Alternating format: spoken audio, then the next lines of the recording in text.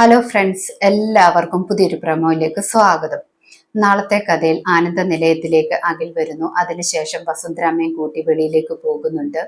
വസുന്ധരാമ അഖിലിന്റെ കൂടെ ചെല്ലുമ്പോൾ ശ്യാമയും കാണുന്നുണ്ട്. വസുന്ധരാമയ്ക്ക് ശ്യാമയെ കാണുമ്പോൾ ദേഷ്യം വരുന്നുണ്ട്. വസുന്ധരാമ അഖിലിനോട് ചോദിക്കുന്നുണ്ട്, ഇവളുടെ പ്ലാൻ ആയിരുന്നു, അതുകൊണ്ടാണോ എന്നെ ഇങ്ങോട്ട് കൂട്ടിയിട്ട് വന്നതെന്നൊക്കെ ചോദിക്കുന്നു.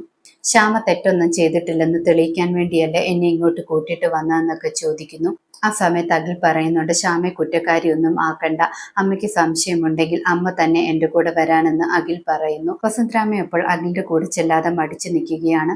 ആ സമയത്ത് അഖിൽ പറയുന്നുണ്ട്, അങ്ങനെയാണെങ്കിൽ അമ്മ ഇവിടെ നിന്ന് ശ്രദ്ധിച്ച് നോക്കിയാൽ മതിയെന്ന്, ഞാനും ശ്യാമയും കൂടെ ജ്യോതിഷന്റെ അടുത്ത് പോയിട്ട് വരാമെന്ന് പറയുന്നു. ശ്യാമയ്ക്ക് കുഞ്ഞ് ജനിക്കുന്നത് കൊണ്ട് അഖിലിനൊരു ദോഷവും ഉണ്ടാകത്തില്ലെന്ന് ജ്യോതിഷൻ പറയുന്നത് വസുന്ധരാമയെ കേൾപ്പിക്കാൻ വേണ്ടിയാണ് വസുന്ധരാമയും കൂട്ടി അഖിൽ വന്നിരിക്കുന്നത്.